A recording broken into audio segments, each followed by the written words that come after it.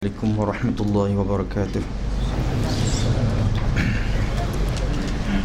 Alhamdulillah. Alhamdulillahi rabbil alamin. Wassalatu wassalamu ala asyrafil mursalin Sayyidina wa habibina wa syafi'ina wa maulana Muhammad wa ala alihi wa sahbihi ajma'in. Rabbi syrah li sadri wa yassir li amri wahlul 'uqdatam min lisani yafqahu qawli. Subhanaka la ilma lana illa ma 'allamtana innaka antal alimun hakim. Wala hawla wala quwwata illa billahil aliyyil azim. Allahumma faqqihna fid din waftah 'alaina futuhan 'arifin waj'al a'malana khalisatan liwajhikal karim. Rabbana zidna 'ilman nafi'a warzuqna fahman sahiha ya rabbal alamin. Qala al-musannif rahimahullahu ta'ala wa nafa'ana bi'ulumihi wa 'ulumi masyayikhina fid darain amin.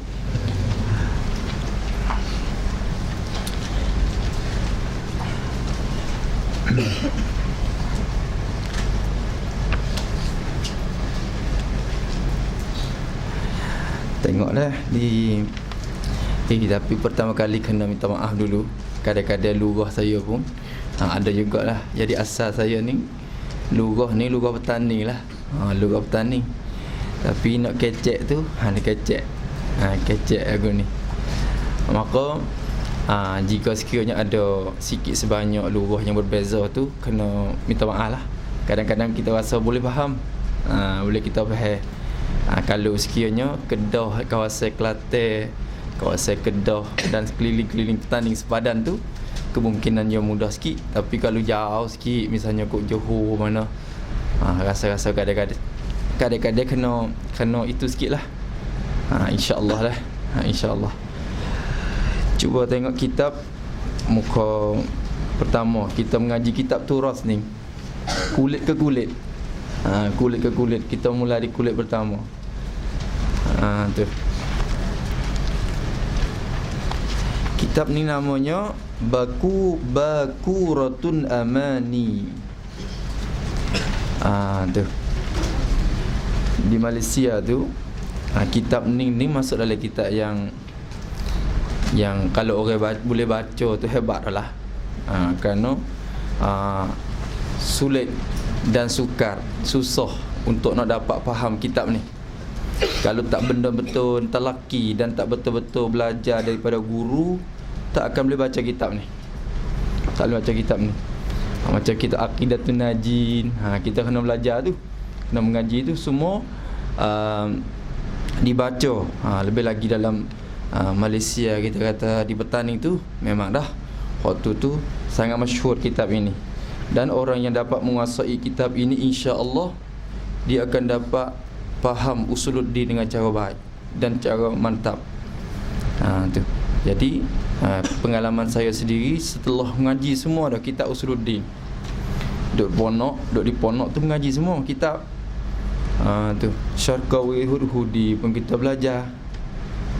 Kifayatun Awam pun kita mengaji.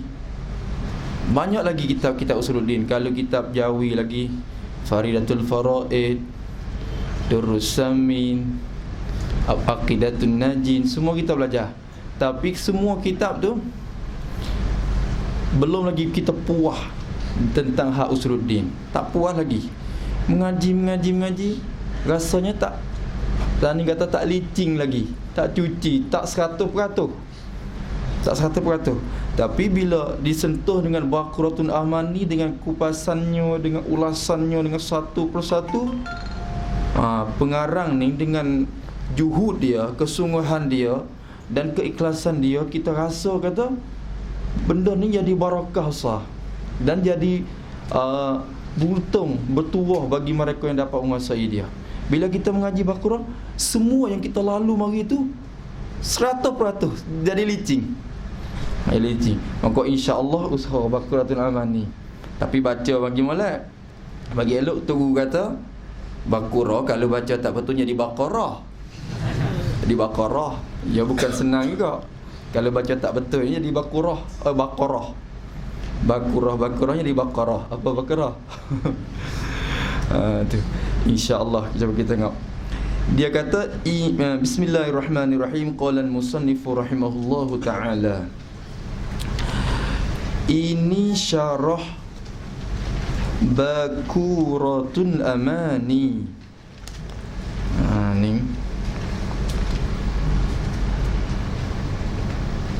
kitab ni Matba' bin Halabi ni yang baru kitab kan. Dr. bin Halabi ditat semula. Jadi semasa mengaji tu ada satu kitab hok ni nuskah ni insya-Allah ya tak jatuh. Banyak tak jatuh. Tapi kitab ni kita kena betul pula. Kadang-kadang satu huruf jatuh, ada huruf jatuh. Kita kena membetulkan huruf-huruf tu kerana bila type baru ni ada banyak jatuh.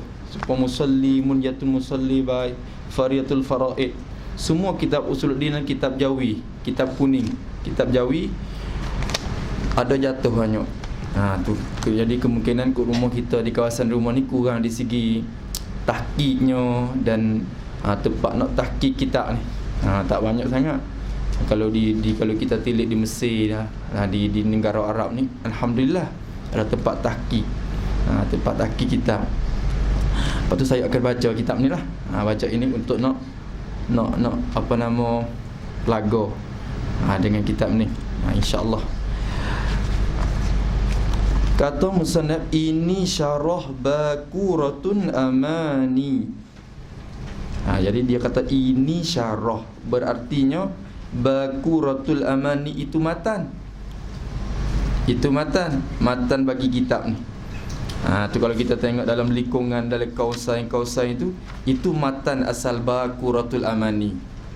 Matan dia. Lepas tu di luar lingkungan kawasan itu, di luar lingkungan tu dinamakan syarah. Tu syarah tu bukan Baqarah, syarah tu namanya Tabsiratul Adani. Depan lagi musannaf akan kata ini syarah Baquratul Amani. Baqarah ni apa? Baqurah. Kalau bahasa Arab Baqurah ni awwalu ma yudrak minas samar ataupun awwalul fakihah. Awal buah kayu. Buah kayu yang pertama bila berbuah. Pohon kayu bila ia berbuah, buah pertama tu dinamakan Baqurah. Ataupun awwalu ma yudrak minas samar, awal-awal perkara yang didapat daripada buah-buah. Buah-buah kayu. Atau asal makna Baquratul Aman, Baqarah saja. Maka musannaf ambil nama ni, letakkan kitab dia, letak nama Baquratul Amani. Baquratul Amani maknanya buah pertama lah. Buah pertama. Al-Amani. Amani ni apa? Amani ni jamak daripada umniyah, perkara-perkara yang dicinta-cinta. Tu. Buah pertama bagi barang yang dikehendak ataupun buah pertama bagi perkara yang dicita-cita. Jadi al-amani, cita-cita kita semua ni nak menguasai ilmu usuluddin. Nak tahu ilmu usuluddin, nak faham ilmu usuluddin, nak dapat menguasai ilmu usuluddin tu. Maka pohon kayu ni, pohon kayu, buah pertama tu yang mana? Buah mana? Kalau kita tanam pohon kayu, buah pertama tu yang mana? Buah pertama tu kita tunggu-tunggu tu. Kalau pohon kayu tu dia dapat buah pertama, insya-Allah tak dapat dia berbuah pula. Dia berbuah pula. Dia ada buah pertama dia. Kalau buah pertama tu lekat di pohon dia, insya-Allah lepas pada ni akan berbuah pula. Kalau buah pertama tak lekat, buah dia masalah, buah durian tu. Kalau tak lekat tu, tahun yang kedua, tahun ketiga tu susah sikit. Maka usuluddin pada letak nama kitab dia Baquratul Amani, buah pertama bagi perkara yang dikehendaki kita. Maka hak ni merupakan satu kitab yang kalau kita dapat menguasai dia, insya-Allah kemudian daripada ni segala kitab usuluddin, sama ada bahasa Jawi ataupun bahasa Arab, sama ada bahasa Melayu ataupun bahasa Arab, semua akan dimenguasai insya-Allah. Insya-Allah. Jangan kitab sendirilah. Malam jazuk lam yadri. Tu buah ni mani kata tak mani, pahit ke mani, kita kena rasa sendiri. Tu kena rasa sendiri. Bakuratul amani, buah pertama bagi perkara yang dikehendaki. Itu nama dia, nama mata dia. Bagi pengarangnya, domain ni dalam kitab-kitab dulu ni, kitab kuning lama ni, ya ada nyo tu domain lah. Kalau bahasa Arab tu domir, itu tempat rojak kita kena amati. Dalam kitab Baqarah ni banyak domain. Pak Doa Mekah yang mengarang kitab ni mengikut tata bahasa Arab, qawaid bahasa Arab. Tiap-tiap kelima yang dia tulis itu mengandungi qawaid. Kalau dia kata mengkan, ada kan, berarti lepas daripada kan itu jadi maf'ulun bih. Semua ada. Jadi kalau kita i'rab, boleh i'rab satu persatu. Boleh i'rab satu persatu. Tu ada takluk. Kadang-kadang di awal baris tu mubtada, khabar duk nu. Khabar duk di baris yang akhir sekali. Tengah tu cakap kecek. Baru khabar. Kalau tak faham mubtada khabar, tak faham ibarat tu. Nanti akan jumpa insya-Allah. Insya-Allah. Usik dulu ni. Usik dulu. Bagi pengarang bagi Baqarah sendiri ni, siapakah pengarangnya? Badal, guru yang alim. Guru yang alim. Lagi pula al-allamah, yang sangat alim. Alimun pun alim dah, tapi bila kata al-allamah sangat alim lagi, kerana datang dengan sirah mubalaghah. Allam, lagi pula ditakkid dengan ta litakkid mubalaghah tu. Allamah, yang sangat alim. Tu. Siapa kata guru yang sangat alim ni? Asy-syaikh. Baca syaikh atau syaikhu, ikutlah. Asy-syaikh Ismail bin Abdul Qadir Al-Fatani rahimahullahu ta'ala. Syekh Ismail, ataupun gelar orang panggil dengan cara masyhurnya Pak Da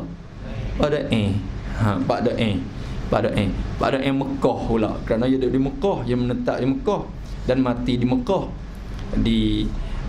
dikebumikan di tepi maqam Sayyidah Khadijah radhiyallahu anha ummul mukminin. Tu satu kemuliaan yang Allah Taala bagi kepada para dapat ditanam di tepi Siti Khadijah, yang mana sebelum pada ni tidak ada siapa pun ditanam di tepinya. Maka Allah Taala kurnia kepada para sekarang ni, kalau pergi ziarah Siti Khadijah tu boleh salam kepada lah. Pada di tepi tu. Tu Syekh Ismail ataupun Pak Da. Sebab apa panggil Pak Da? Pak Da. Orang petani ni, kalau anak yang ketiga orang panggil Pak Da. Orang petani, orang Kelantan, orang Kedah. Ada orang Kedah tapi kawasan Baling, kawasan ni. Kawasan Baling ni, itu orang Pak Da tak?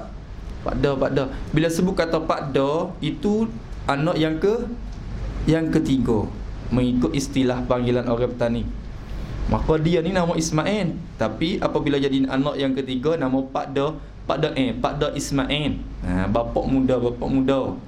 Itu asalnya. Tu Pak Da atau Pak Da Mekah. Ya anak bagi Syekh Abdul Qadir ni. Abdul Qadir ni ayah bagi Pak Da ni, anak dia semua ni okey. Ada ni okey semua. Satunya Wan Aisyah. Yang kedua Wan Sofiyah. Yang ketiga Wan Ismail. Ni Pak Da ni. Yang keempat Wan Aminah. Tu adik Pak Da tu perempuan juga, Wan Aminah. Yang kelima Wan Yusuf. Ataupun orang panggil Pok Tesoh. Orang panggil Pok Tesoh ataupun Wan Yusuf. Dan yang keenam Wan Ibrahim ataupun Pak Cuhing Gajah Mati tu. Pak Cuhing Gajah Mati tu adik pada tapi yang keenam dia ada yang posu. Yang posu. Maka semua enam. Wan Sofiyah kakak sulung tu kahwin dengan Wan Idris ataupun digelar dengan nama Tok Raja Haji. Tok Raja Haji di petani. Yang ulama besar juga di petani pada masa tu. Tok Raja Haji. Tu kahwin. Lepas tu Wan Sofia adik daripada Wan Aisyah tadi berkahwin dengan Tok Berming. Tok Berming ulama besar juga. Kalau kita tilik, semua keturunan Demon ni dalam keturunan ulama dan berkait dengan ulama semua. Demon ni. Dan Pak Doan sendiri pun sepupu pula dengan Wan Ahmad Zain yang jadi tuan bagi Faridatul Faraid tu. Wal Ahmad Zain tu lah, Syekh Ahmad Zain tu lah Tok Guru bagi Tok kenali. Tok Guru bagi Tok kenali. Dan beliau tu lah yang datang ke Mesir pada masa tu, yang ada digelarkan dengan Singo Asia pada masa tu. Tu. Jadi keturunan Demon ni ulama semua. Ulama semua. Maka tu adik pada tu Wan Aminah. Wan Aminah. Adik dia lagi Wan Yusof. Dan akhir sekalinya Wan Ibrahim ataupun Pak Cuhim. Pak Cuhim Gajah Mati. Pada ni ulama besar. Ulama besar ia terkenal di Mekah pada masa tu dengan ulama yang hebat dalam ilmu usuluddin. Dalam ilmu usuluddin. Kalau dicerita oleh Tok Guru, Tuan Guru cerita, kalau Pak Da'i ada Syekh Muhsin Al-Masawi, Syekh Muhsin ataupun Syekh lain-lain lagi dari kawasan tu, kalau ada pada masa tu dan tiba-tiba didatang oleh orang untuk nak tanya masalah usuluddin, kalau ada orang datang tanya masalah usuluddin, semua syekh akan senyap. Tak ada siapa dia memberi fatwa tentang bab usuluddin. Kalau Syekh Ismail ataupun Pak Da'i ni ada, semua akan diserah kepada Pak Da'i. Ismail. Dia ada tu. Bakal serah kepada Pak Da'i Mekah ni. Pak Da'i Mekah ni. Dan dia anak murid setengah daripada anak murid kesayangan Syekh Muhammad Ali Al-Maliki rahimahullahu ta'ala, juga Syekhul Masyayikh pada Mekah pada masa tu. Pak Da'i dah. Pak Da'i. Tu. Tapi Pak Da'i ni dia mau kata dia suka anak murid tu lawan dengan dia. Dia suka biar anak murid lawan dia. Anak murid kalau duduk senyap itu kita tak suka. Kalau dia mengajar kita, dia mengajar. Semua anak murid yang mengaji itu kebiasaannya Tok Guru saja. Tok Guru saja yang datang dari petani, datang dari Malaysia, datang dari mana-mana, kebiasaan Tok Guru. Semuanya hampir jadi Tok Guru semuanya. Syekh Abdul Qadir Al-Mandili, anak murid bagi pada maka apa dia, Syekh Abdullah Fahim dah. Apa nama apa? Syekh apa nama? Tu yang di Kedah Pulau Pinang. Tu pun anak murid bagi pada Mekah juga tu. Anak murid pada Mekah juga. Dan banyak lagi anak murid pada Mekah yang menjadi alim ulama. Maka sampai mana dah tadi? Syekh Ismail bin Abdul Qadir Al-Fatani rahimahullahu ta'ala tu lebih kurang ringkasan sejarah pada Mekah. InsyaAllah semasa kita baca kitab ni, kita akan bawa cerita dia pada ni sikit demi sedikit mari untuk beri semangat kepada kita dalam masa mengaji. Pada ni ingat kuat. Semua kita ingat mata Alfiyah Ibn Malik, Alfiyah Iraqi, Alfiyah Sayyidi. Dia ingat semua Alfiyah tu. Lagi anak murid dia tu, kalau dia duduk mengajar, bila dia baca kitab, semua anak murid dia tu duduk diam gitu. Wallahu alam. Sudah. Anak murid tanya, apa pak dah? Sudah dah. Ni baru ya ni. Baru mengaji ya. Mung alim semua dah. Mung alim dah, dia kata. Tak kena mengaji dah. Apa? Tak tanya apa. Senyap itu. Macam senyap gitu. Apabila tak tanya tu, dia angkat kata anak murid yang alim dah. Tak apa. Cukup dah. Wallahu a'lam. Wadai Mekah. Lagu tu. Lepas tu cara dia akan beri anak murid dia baca. Dia kata, itulah cara mengaji. Mengaji ni anak murid yang baca, guru yang syarah. Kita mengaji Quran, siapa baca? Ngaji Quran siapa dia baca? Kita yang baca. Kita yang baca. Sebab itulah satu kali dia datang dalam Masjid Haram, ada Syekh Abdul Qadir Al-Mandili. Syekh Abdul Qadir, tuan penawat bagi hati. Syekh Abdul Qadir ni yang mengajar dalam Masjid Haram.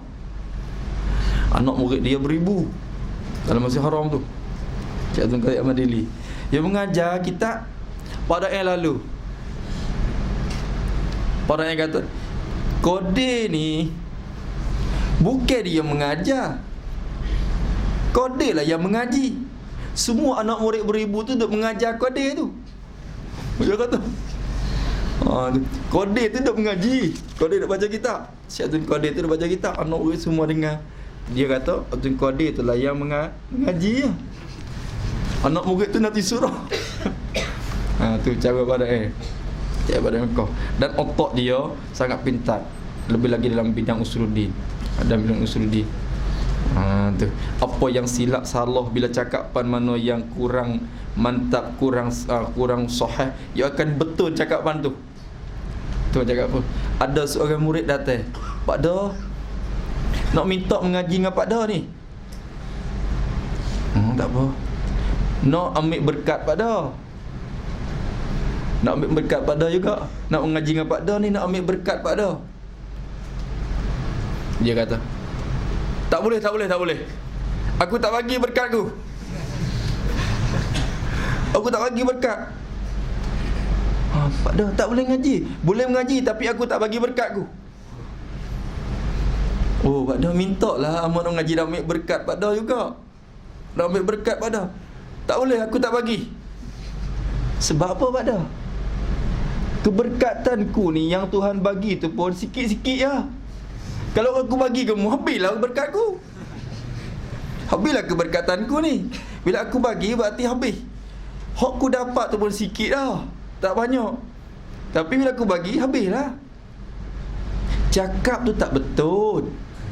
Cakap tak betul. Bukan pergi minta mengaji nak ambil berkat tu guru. Kena cakap lagu mana? Pak Da minta mengajilah. Amma nak tumpang mengaji dengan Pak Da ni. Mudah-mudahan Allah Ta'ala bagi berkat amma juga. Tu. Bukan bagi ambil berkat tak guru. Tu. Jadi betul ke dia? Betul. Bukan ambil berkat tok guru. Gitu pai mengaji dengan tok guru, mudah-mudahan Allah Ta'ala bagi berkat kita sama. Tu caranya. Hai tak? Tu. Dia dengan Syekh Yasin Al-Fadani rahimahullah ta'ala Masjid Dunia. Syekh Yasin ni adik sikit pada Pak Da tua lagi daripada Syekh Yasin. Tapi Syekh Yasin ni sangat ihtiram kepada Pak Da ni. Satu kali anak Syekh Yasin, anak dia tu baru lahir. Dia baru dapat anak. Lepas tu dia ni hantar orang padah dia upah orang tu pergi ambil Pak Da mari untuk nak tahnik anak dia. Syekh Yasin tu, mu ambil duit. Mu pergi usung Pak Da mari. Diusung Pak Da. Jangan dia bagi jalan. Jangan bagi dia jalan mari. Usung Pak Da mari sini, mari di rumah. Aku nak buat majlis tahnik. Orang pergi, Pak Da usung Pak Da duduk atas macam tikap tu. Biasa tengok gaya Cina nak. Tu duduk atas tu. Tu duduk atas tu. Bawa lagi. Lepas tu bila sampai ke rumah Syekh Yasin tu, masa tu majlis tu penuh dengan ulama-ulama lah yang dijemput tu. Datang mari semua. Lepas tu Syekh Yasin mari, Pak Da minta Pak Da ni buka mulutlah tahnik anak saya. Lepas tu dok ngawis anak saya tu. Apa? Doa apa? Doa lah bagi anak saya ni alim besar. Biar alim besar. Pak Da kata, tak boleh. Tak boleh. Tak boleh alim besar. Kena alim kecil. Alim kecil. Alim kecil, tak boleh alim besar. Syekh Yasin kata, amma tak ada. Kalau doa dah, baik kita doa bagi alim besar selalu. Tu. Tak mau alim kecil-kecil. Alim kecil tak mau. Tak boleh. Kena doa bagi alim kecil. Barat yang kata. Tok Guru pada masa dengar lah, apa ni pada nak kata apa ni. Taklim alim besar. Yakni mesti kena alim kecil. Alim di waktu kecil lagi. Jangan nanti tua tu baru alim. Betul. Alim besar, yakni alim waktu besar itu tak mau. Nak alim kecil. Allahu Akbar. InsyaAllah lah akan datang cerita-cerita. Cerita-cerita ni. Seorang yang guru mulia ni. InsyaAllah Ismail bin Abdul Qadir Al-Fatani rahimahullah ta'ala. Yang dinamakan dia syarah, yang dinamakan dia akan syarah tu. Dia kata, jadi matan tu Baqaratul Amani. Syarah dia tu bukan nama Baqarah. Syarah dia nama Tabsiratan Adani. Baca Tafsirata pun tak apalah. Maf'ul yang kedua bagi yang dinamakan tu. Yang dinamakan dia akan syarah ni nama Tabsiratan Adani namanya. Bi alhani Baqaratil Amani. Ja'alaha Allah Ta'ala khalisan liwajhihil karimi nafi'an limuta'ammili nazmihi an-naf'an jasima. Tu amin. Tu cap kali ketujuh. Apa nama? Tak ada dah. Amin. Ada cap kali yang ketujuh. 3000 nuskah ada lagi kitab ni. Tak payah baca lah tu. Tu yang dinamakan tafsirah. Tafsirah ni apa? Memperjelaskan yang satu masdar daripada bassara, yubassiru tabsir. Tabsirah satu masdar daripada tu. Jadi namanya tafsirah ni maknanya menjelaskan ataupun kalau tanding apa ni mempercelekkan, celek mata kita ataupun menjelaskan kita, memberi nampak kepada kita. Al-adani ni apa? Adani ni jamak daripada apa? Adna ni apa dia? Isim tafdil kan? Akhbarani, akhbaruna akabir, kubrayani, kubrayatun kubar. Kalau gitu adnayani, adnayatun adani. Tu. Lepas tu dunyayani, dunyayatun duna. Tu panggil isi tabdil tu. Maka adani tu jamak taksir daripada adna tadi. Adna ni yang orang yang terkebawah lah. Orang yang terkebawah, yakni orang yang terkebawah ni sebuah ilmu usuluddin ni. Orang yang mubtadi, orang mula-mula mengaji tu. Tu adani, memperjelaskan akan segala orang yang mula-mula belajar ilmu usuluddin. Orang yang terkebawah. Tu adani. Bi alhani Baqaratil Amani. Alhani dengan apa kita kata, orang yang terkebawah dengan cakapan-cakapan bagi kitab Baqarah Al-Amani. Cakapan-cakapan bagi Baqarah Al-Amani. Jadi kita baru nak mengaji, kalau kita mengaji dalam matan Baqarah sendiri tu sulit sikit masa nak faham. Lalu tu datang syarah mari untuk nak memperjelaskan orang yang baru-baru mengaji tu. Tu maksud dia tu. Ja'alaha Allah Ta'ala khalisan liwajhihil karim. Minta Allah Ta'ala menjadi akan dia akan apa dia, Tafsiratul Adani ni menjadi oleh Allah Subhanahu Wa Ta'ala, menjadikan dia khalisan, yang bersih, yang suci, liwajhihil karimi, untuk zatnya, zat Allah Ta'ala yang mulia. Tak apalah tu. Nafi'an limuta'ammili nazmihi an-naf'al jasima. Lagi pula nafi'an ni maf'ul yang kedua bagi ja'ala juga. Khalisan pun maf'ul yang kedua bagi ja'ala. Nafi'an tu pun sama, menjadikan akan dia oleh Allah Ta'ala nafi'an, yang memberi manfaat, yang berguna, limuta'ammili nazmihi, yang berguna bagi yang perhatikan akan susunannya, apa?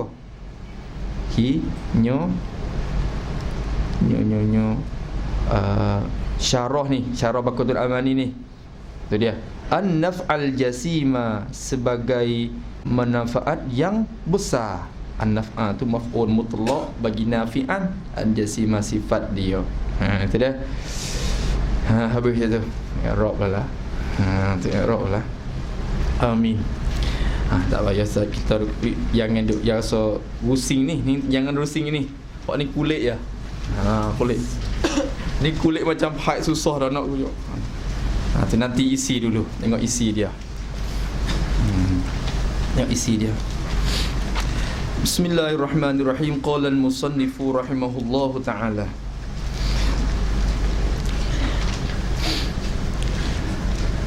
Bismillahirrahmanirrahim. Alhamdulillahi. Itu dia mula dengan bismillah. Itu maklum dah bagi kita orang mengaji. Bismillahirrahmanirrahim, bahasan dia tak perlu kita kupas sangat, kerana kita akan masuk ke isi cepat-cepat. InsyaAllah akan jumpa alhamdulillah tu. Banyak perkara lagi yang kita mesti kena kaji dalam kitab Baqaratul Aman ni. Alhamdulillahi. Apa dia alhamdulillah? Terjemahan Pak Dae, puji-pujian itu bagi Allah. Tu pun pelik dah. Kebiasaannya dia mau terjemah lagu mana? Alhamdulillah, segala puji. Segala puji. Kitab mana-mana pun biasa segala puji. Tapi pada Mekah tak sama lah. Puji-pujian. Beza ke puji-pujian dengan segala puji? Di segi pahamannya. Kalau di segi terjemahan tu beza lah, tapi di segi pahaman tu beza tak? Cuba. Puji-pujian itu bagi Allah. Mengikut pada Mekah, dia kata alhamdu tu isim mufrad. Cuma alif lam yang ada di alhamdu, alif lam lin jinsi, isim mufrad, tetapi alif lam lin jinsi, alif lam jenis. Kaedah alif lam jinsi, kaedah alif lam lin jinsi, apabila dia masuk kepada lafaz mufrad, dia akan membatal makna mufrad. Al-jinsiyah idza dakhalat alan mufradi atau alal jam'i abtalat makna jam'iyah. Wahakadha. Kalau sekiranya alif lam jenis, ini nak kaedah ilmu nahwu, alif lam jenis apabila dia masuk dalam isim mufrad, masalah alif lam ni akan membatal makna mufrad. Tak boleh pakai makna mufrad. Nak pakai makna apa? Ikutlah nak pakai makna tasniyah ke jamak ke. Maka alhamdu bagi kita, bila sebut kata segala puji ataupun puji-pujian, ada berapa semua puji? 4. Puji tu ada 4. Puji ada 4. Tak itu, betul tak? Satunya puji qadim bagi qadim, puji qadim bagi hadis, puji hadis kepada qadim, puji hadis sama hadis. Tu bagai puji. Maka tu afrad dalam kalimah alhamdu.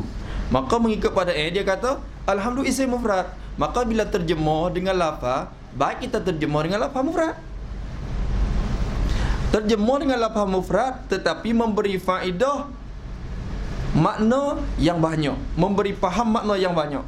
Lalu tu dia kata puji, puji itu satu ya, tapi ditakrirkan, diberulang-ulangkan dengan lafaz puji-pujian. Puji-pujian. Kaedah dia yang kata takhrirul lafzi yadullu ala kathirin makna. Berulang-ulang lafaz menunjuk di atas banyak makna.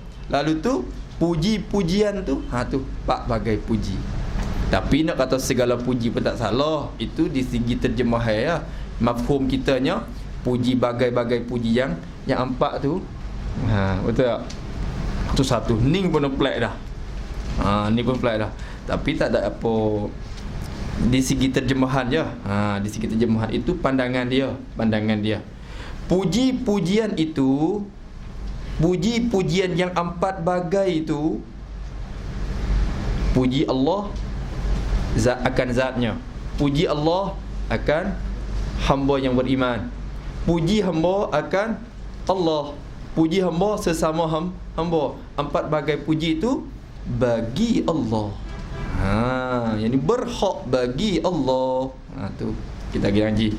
Puji-pujian itu bagi Allah. Jadi berhak bagi Allah. Siapa Allah Ta'ala? Tuhan yang menerangkan hati-hati kekasihnya. Nyo Tuhan, kekasihnya kekasih Tuhan. Tak tu dah. Allah Tuhan yang menerangkan. Tu hati tu maf'ul bih tu, lepas pada kan tu. Allah Tuhan yang menerangkan hati-hati kekasihnya, mencerahkan, menerangkan, mencerahkan. Tu menerangkan hati-hati kekasihnya, kekasih bagi Allah, bagi Tuhan. Tu menerang dengan nur iman. Takluk situ dengan tu harfun jar, takluk mana? Takluk di menerang. Takluk situ. Kena pandai takluk juga kitab ni. Kena tulis juga ta. Kalau kata takluk, buat ta. Lepas tu pergi takluk di mana? Tu. Kalau tak tulis, tak dobit kitab ni, tak akan faham dan tak akan boleh baca. Saya lah, adik saya ni. Tengok kiri. No. Tok Wu Soleh sendiri, dia buka kitab dia tu, kitab minyak, kitab licin, penuh tepi-tepi. Membaca, dia kata, aku mengaji pada ayat 7 kali. 7 kali. Kita ni sekali pun. Ya Allah ya Rabbi. Tu. Aku ngaji pada ayat 7 kali. 3 kali aku pada ayat baca. Dan kali yang keempat sampai seterusnya pada ayat suruh aku baca dan dia hurai. Pegang bagi elok kitab Baqarah, dia kata. Tu. Alhamdulillah saya pun dapat. Jadi dulu bangsa duk ponok dalam pun ngaji dah kitab ni dengan Tok Guru sendiri. Tapi rasa tak jelas apa. Tapi bila kali yang kedua ngaji dengan Tok Guru Soleh pula. Saya ni alhamdulillah lah sebagai generasi yang terakhir yang dia kupah di awal sampai akhir dengan cara halusi di masa tu. Lepas pada tu Tok Guru tak baca di awal sampai akhir dah kitab ni. Kalau baca kat masjid pun baca tak habis. Tak habis baca kuliah gitu ya. Tapi kita pasal dia. Maka saya pun tanya sungguh kitab ni ngaji di awal sampai akhir, tiap-tiap ibarat saya tanya tu guru. Tu. Ngaji Baqarah, mula-mula ngaji Baqarah, mengaji dengan hati iktirad. Bukan kita iktirad, tapi kita kena pakai baju iktirad. Sebab apa? Sebab bila kita pakai baju iktirad, kita akan cari kesilapan Baqarah. Bila kita dapat kesilap, kita rasa silap, kita akan bentangkan perkara tu sama Syekh. Syekh akan jelaskan kita. Maka akhirnya tidak ada satu keraguan pun bagi saya. Tak ada apa pun kitab ni. Tanya habis satu-satu, insya-Allah tu. Insya-Allah kitab ni lah. Lepas tu lepas pada ni kita balik baca pula di rumah. Di kampung kita, di negeri kita tu. Insya-Allah. Kalau boleh balik baca kitab Baqarah ni hebat dah orang tu. Tu kelah tafakuh di kelah apa pengajian Usuluddin Baqaratul Amani tu yang disampaikan oleh ustaz tu begini. Masya-Allah lah. Masya-Allah. Kitab fiqh ada baca banyak, kitab tasawuf pun ada orang baca banyak, tapi kitab yang berkait dengan Usuluddin ni jarang-jarang orang nak baca. Tu kena kita kena bangkit dan kena itu semula ni perkara lagu ni. Kerana serangan akidah ni penting sekarang ni. Penting. Kalau kita tak benar-benar faham masalah akidah ni, susah sikit lah. Susah sikit ni. Tengok lagi. Tuhan yang menerangkan hati-hati kekasihnya, kekasih Tuhan tu. Menerang dengan nur iman. Dengan nur iman. Nur iman. Nur tu cahaya, iman tu kepercayaan. Cahaya kepercayaan. Tu ni kalau bentuk idafat, kalau orang mengaji ni orang panggil idafat musyabbah bih kepada musyabbah ni.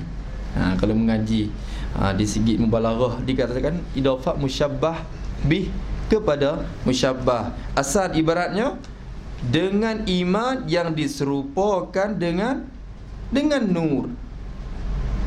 Allah Ta'ala menerangkan hati kekasihnya, kekasih Tuhan, kekasih Allah, menerang dengan nur iman. Jadi dengan iman yang diserupakan dengan nur. Iman tu serupa dengan nur. Nur, kalau kita duduk dalam tempat gelap, bila ada cahaya kita boleh berjalan ke sana ke sini, dengan sebab ada suluhan pelita dan cahaya. Maka iman, hati kita, bila belum ada iman, hati gelap dengan kekufuran. Bila ada iman, iman tu menyuluh hati kita, menerangkan hati kita, sehingga kita dapat nampak hakikat benda-benda. Kena perkara tu, kena akan perkara tu, perkara ni dengan iman tu. Dengan iman tu, maka diibaratkan iman tu diserupakan dengan nur. Nur iman, nur iman, cahaya iman. Jadi iman yang diserupakan dengan nur. Allah Ta'ala lah yang menerangkan hati-hati kekasihnya dengan nur iman tu. Satu. Dan menetapkan dia, menetap. Ni dan ni ataf pada menerangkan. Ataf situ. Kena ataf pula. Yakni Tuhan yang menetapkan dia rojok kepada nur iman tadi. Tuhan yang menetapkan dia akan nur iman tu, menetap padanya, pada hati-hati kekasihnya. Tu kita lama. Kena pandang lah tu. Dah.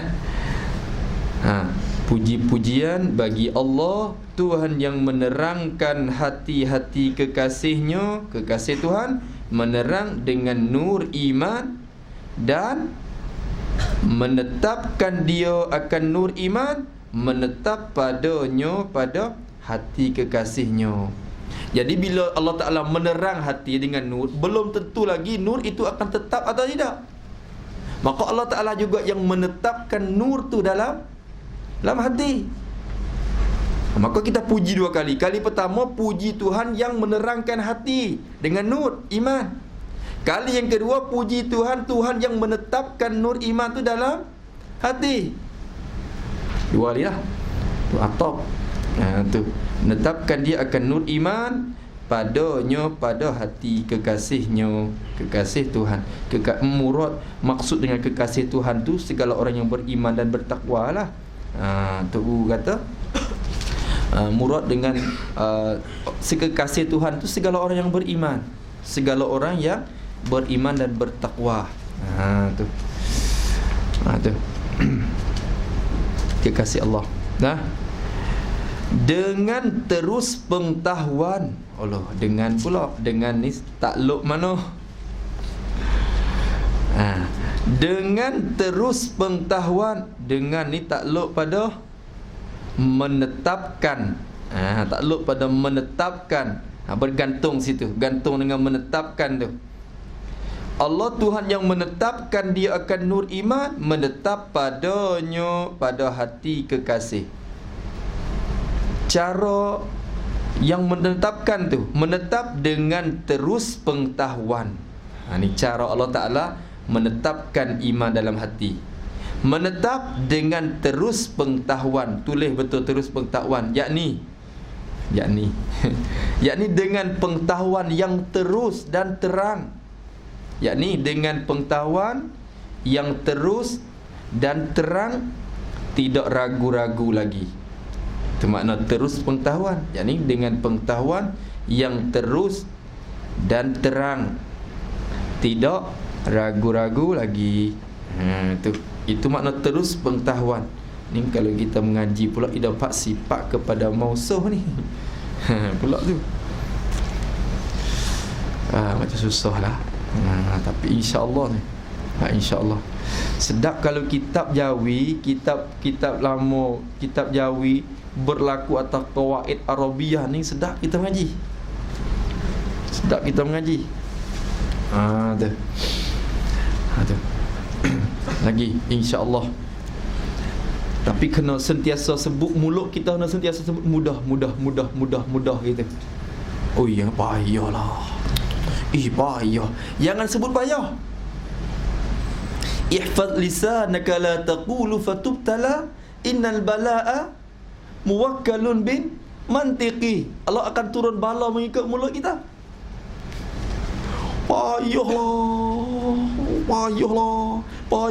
Payahlah. Kebetulan masa tu Allah mustajab doa. Jadi payah sungguh sampai akhir. Tu jangan. Mudah, insya-Allah, mudah. Lepas kebetulan Allah Ta'ala terima doa kita, jadi mudah bagi kita. Tu yang sentiasa sebut mudah tu. Astazhilan as-su'ba tu Allah tu. Apa saja yang payah akan bilang mudah dulu sehingga kita dapat benda tu. Sehingga kita dapat benda tu. Mudah, insya-Allah. Lagi dengan terus pengetahuan yang menetap tu, dengan terus pengetahuan, yakni dengan pengetahuan yang terus terang, terus dan terang, tidak ragu-ragu lagi. Maka bila hati itu terus ada pengetahuan yang terus terang, hati itu tak ragu-ragu. Bila tak ragu-ragu, nur iman pun tetap di hati. Itulah cara Allah Ta'ala menetapkan nur iman dalam hati itu dengan pengetahuan yang terus, yang terus terang. Tu. Dan mengertikan pelajaran. Dan mengertikan pelajaran. Dan mengertikan pelajaran. Dan ni ataf mana pula? Dan ni ataf pada terus pengetahuan. Atau pada terus pengetahuan ni. Terus pengetahuan depan tu sikit. Bila ataf situ kena baca semulalah. Dan menetapkan dia akan nur iman, menetap padanya, pada hati kekasihnya tu. Menetap dengan mengertikan pelajaran. Maksud mengerti, memberi faham akan pelajaran. Mengertikan, memberi faham akan pelajaran. Dapat mengerti dan faham akan pelajaran. Tu. Bila Allah Ta'ala terang hati kekasih, Tuhan akan beri hamba tu faham dalam pelajaran-pelajaran, lebih lagi dalam pelajaran usuluddin. Tu bila faham tu hati cerah, tetap nur iman tu dalam hati dengan sebab tu. Jadi nak tetapkan nur iman dua cara. Satunya, cara pertama, Allah Ta'ala kita ada ilmu yang terang, terus terang dalam ilmu usuluddin sehingga kita tak ragu-ragu. Yang kedua, kita faham pelajaran-pelajaran yang kita belajar tu. Tu pun cara menetapkan nur iman dalam hati kita. Dua. Dan mengkejapkan pengetahuannya. Nyono pula. Dan mengkejapkan pengetahuannya, kekasihnya tu. Dan ni atap mana? Allah. Dan ni atap pada menerangkan tu. Faham? Menerangkan baris pertama tu. Allahumma salli ala Muhammad. Atap situ. Bila atap sana, puji kali yang ketiga. Puji kali pertama, Tuhan yang menerangkan hati kekasihnya dengan nur iman. Puji yang kedua, Tuhan yang menetapkan nur iman dalam hati kekasihnya. Menetapkan tu dua cara. Satu caranya dengan meneruskan, memberi pengetahuan yang terus terang, dan juga bagi kita faham dalam pelajaran. Puji kali yang ketiga, puji-pujian bagi Allah, Tuhan yang mengkejapkan pengetahuannya, pengetahuan kekasihnya tu. Maksud mengkejap, faham tak mengkejap? Mengkejapkan, mengkemah, mengkejap, ngerti kejap tak? Apa yang nak kejap? Apa? Memantap. Tu lah tu. Mantap tu. Baru tu. Tadi panggil kejap. Kejap molek. Mantap. Mengkejapkan pengetahuannya, pengetahuan kekasihnya tu. Allah Ta'ala mengkejap pula. Dulu dia menyuluh, menerang hati dengan ada nur iman. Lepas pada tu Tuhan menetapkan nur dalam hati kekasih. Tetap tu belum mesti, belum tentu lagi kata kejap atau tidak. Tetap. Tapi nak lama ke? Nak lama ke tidak? belum lagi tahu. Berarti mantap tak mantap lagi. Maka Tuhan juga yang mengkejapkan, memantapkan. Sedap tak kitab ni. Mula-mula ada Ridwan tu dia mau nak mengaji Baqarah ni. Saya tak boleh mengaji ke tak Baqarah ni dia mau ni. Boleh ke insya-Allah. Tak apa, boleh. Foto start. Boleh ngaji tak Baqarah? InsyaAllah lah. InsyaAllah boleh ngaji. Tu mengkejapkan pengetahuannya. Kalau kami di petani, ya susunannya satunya kitab ayadi kita mengaji Asasul I'tiqad. Selepas pada tu kita mengaji Wasail Ilmi Kalam untuk bahasan masalah wujud, istihalah, jawab, segala segala hukum akan dan muta'allaq bagi hukum akan dan sebagainya. Lepas daripada tu kita mengaji Taqribul Ikhwan bagi Syekh Abdul Qadir. Taqribul Ikhwan tu. Lepas Taqribul Ikhwan barulah kita Baquratul Amani. Lepas Baquratul Amani pergilah kitab Arab mana-mana. Tu dulu susunan mengaji tu. Ni tak apa kot, ni pakai masalah ni masa sikat dah nak kiamat dah ni. Nak kiamat dah. Nak kiamat mengaji. Ayah bakal lakoh lalu. Gitu. Mengkejapkan pengetahuannya, pengetahuan kekasihnya tu. Mengkejap dengan ni takluk atau sakut bersakut kepada mengkejap pula tu. Bergantung dengan mengkejap. Allah Ta'ala mengkejapkan pengetahuan kekasihnya. Tu. Lagu mana cara-cara Allah Ta'ala mengkejapkan ataupun memantapkan pengetahuan kekasih tu? Mengkejap tu dengan mengertikan dalil-dalil. Kerana apabila belum kenal dalil lagi, ia tak tetap lagi, tak kejap lagi, tak mantap lagi. Ia kena dapat faham dalil dulu. Dalil-dalil segala sifat-sifat Allah Ta'ala tu. Bila dapat dalil, barulah mantap dan kejap pengetahuan tu. Mengkejap dengan mengertikan, memberi geti, memberi faham kan dalil-dalil. Memfahamkan akan dalil-dalil. Kerana bila seseorang tu ia faham pelajaran dan terus pengetahuan, maka tetap nur itu dalam hati. Bila dia faham dalil pula, maka kejaplah pengetahuan dia dan tidak hanyut ke mana-mana lah.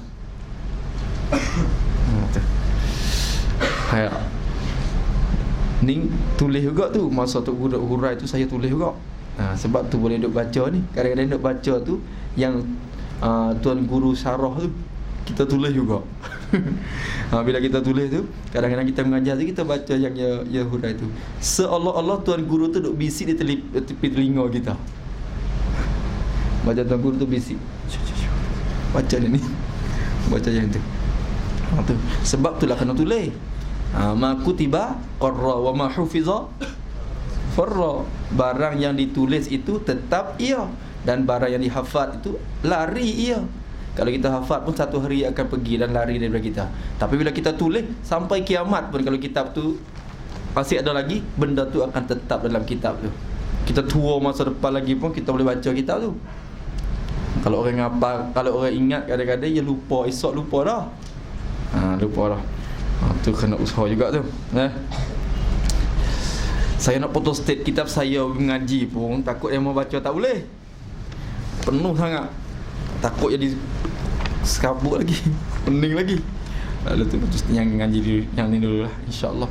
Duk usaha juga nak tahqiq dan nak syarahkan kitab ni. Masa kita ada duduk di Mesir ni, kita ada peluang dah untuk nak murajaah kitab-kitab Arab, untuk nak tahqiqkan dan mensyarahkan kitab Baqaratul Amani, untuk nak mengumumkan nafaatnya lagi. Tu insya-Allah doakanlah. Doakan insya-Allah. Tu. Oi, baru 3 baris saja ni. Tu. Allahu Akbar. Kutubah dia ni tak jumpa isi lagi. Tak jumpa isi lagi.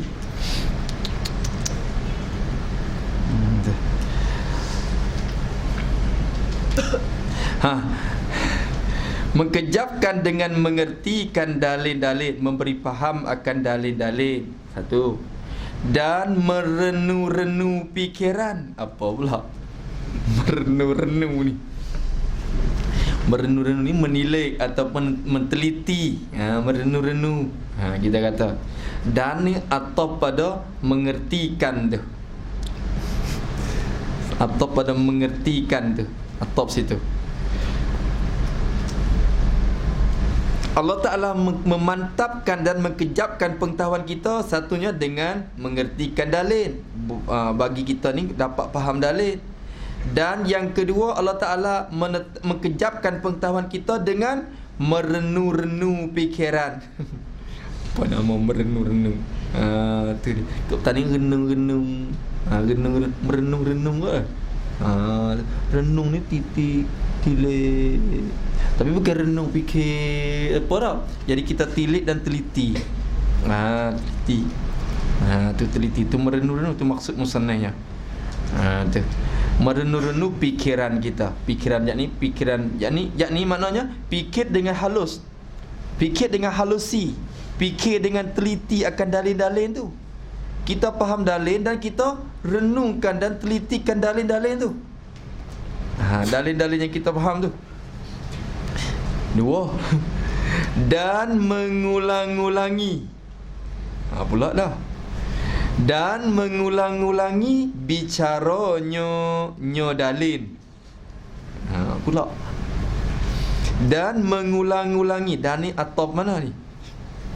Dan ni atau pada mengertikan lagi. Atau pada mengertikan.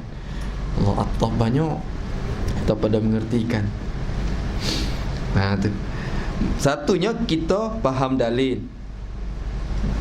Tu cara Allah Ta'ala nak mengkejapkan dan memantapkan pengetahuan kita. Allah Ta'ala kita ni dapat faham dalil. Satu.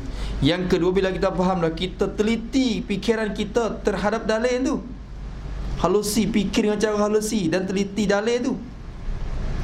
Bila dapat fikir, yang ketiga je mengulang-ulangi, berulang-ulang. Berulang-ulang. Tu mengulang-ulangi, berulang-ulang. Bicara dalil tadi tu. Kita mengulangi. Lepas pada fikir, kita fikir pula. Berulang-ulang kali kita fikirkan bicaraan dalil tadi tu. Nampak tak? Tu kitab Jawi ni. Hingga latas pada pandangan uqala.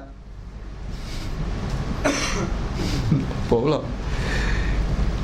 Ni kitab ni kalau kita tak tulis tak faham. Puji-pujian itu bagi Allah Tuhan yang menerangkan hati-hati kekasihnya dengan nur iman dan menetapkan dia padanya dan terus pengetahuan dan mengertikan pelajaran dan mengkejapkan pengetahuannya dengan mengertikan dalil-dalil dan merenung-renung fikiran. Apa? Tak faham. Dia tak sama kitab Jawi lain. Tak sama kitab Jawi lain. Kena satu persatu pergi ta'ataf sini. Lepas tu ulang semula takdir ibarat semula. Ulang ataf sini, tarkib ibarat semula. Ataf sini, susun ibarat kembali. Untuk nak faham. InsyaAllah lepas dah ni balik fikir. Balik pergi fikir kita tu. Pergi renung-renung fikiran pula. Lepas dah ni. Tu. Dan mengulang-ulangi bicara dalil tu. Tu. Hingga latas. Latas. Apa latas? Latas ni apa? Latah ni apa? Kalau bahasa Malaysia apa latah? Latah ni bahasa taning ni. Latas. Lantas. Lantas ni apa? Jelas. Mungkin ada lantas tu. Jadi, latah ni terang nyata. Latah molek. Latah molek. Lantas. Jadi latas. Ini lantas, nyata, terang. Tu. Mengulang-ulangi hingga latas, hingga nyata, terang. Tu hingga nyata dan terang. Ulang-ulang fikiran tentang hadalin tu hingga kita latas dan nyata. Nyata. Latas pada pandangan uqala. Latas dan terang nyata pada takluk pada latas tu.